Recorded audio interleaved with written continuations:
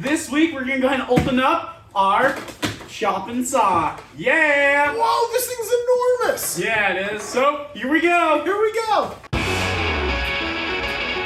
So this thing right here is insane. Holy cow. This is the DWS 779. This is a 12-inch double bevel compound sliding miter saw. Holy cow, that's a lot to say. So what does 12 inches mean? That's the size of the blade, right? What does double bevel mean? It means it slides both ways. It's sliding. It goes front to back.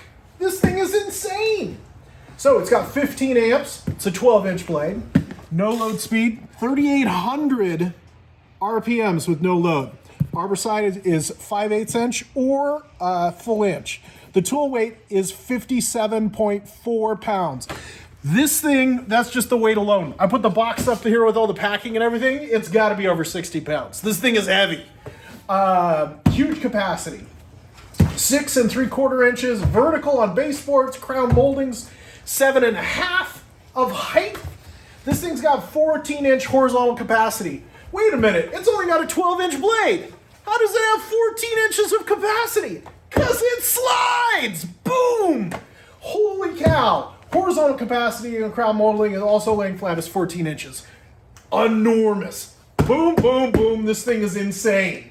We're excited to open it up. Let's open this baby up.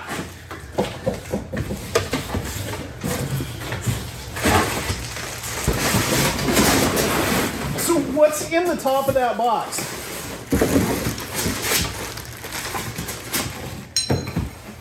Two metal pieces. And something that's taped down. This thing looks like it's got some assembly required. Booyah! Oh, and that's the main traction up here.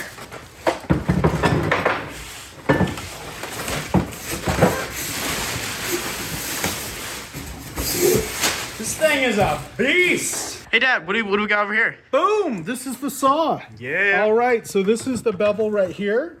You push this button down, and then you can turn it.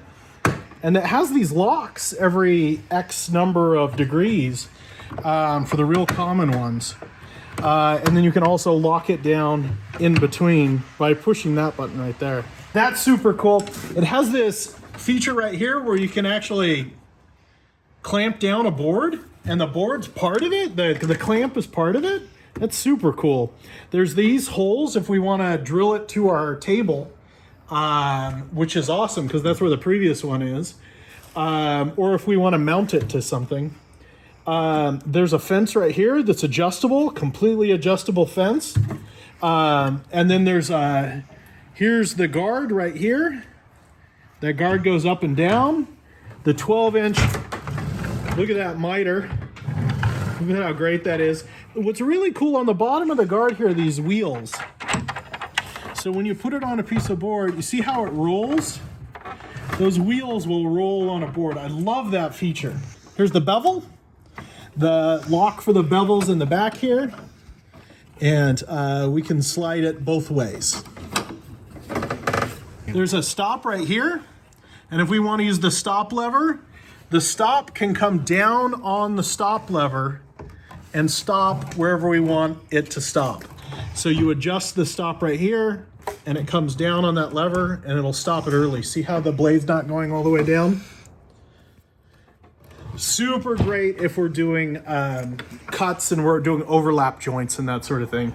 Really awesome. That's going to be a cool feature right there. Huge quality spring in there. I'm really excited about that spring. The bevel here goes back a long ways. So that's a problem if we put it against a wall.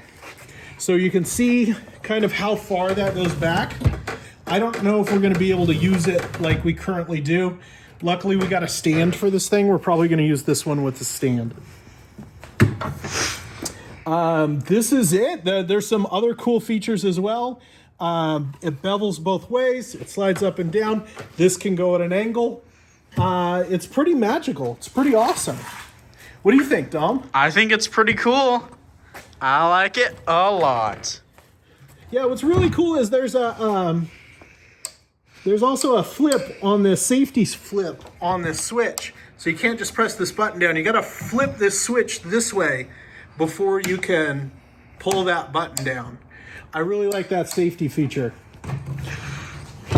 That's pretty cool. Friday Workshop. And that's the sliding miter saw. That's the sliding miter saw.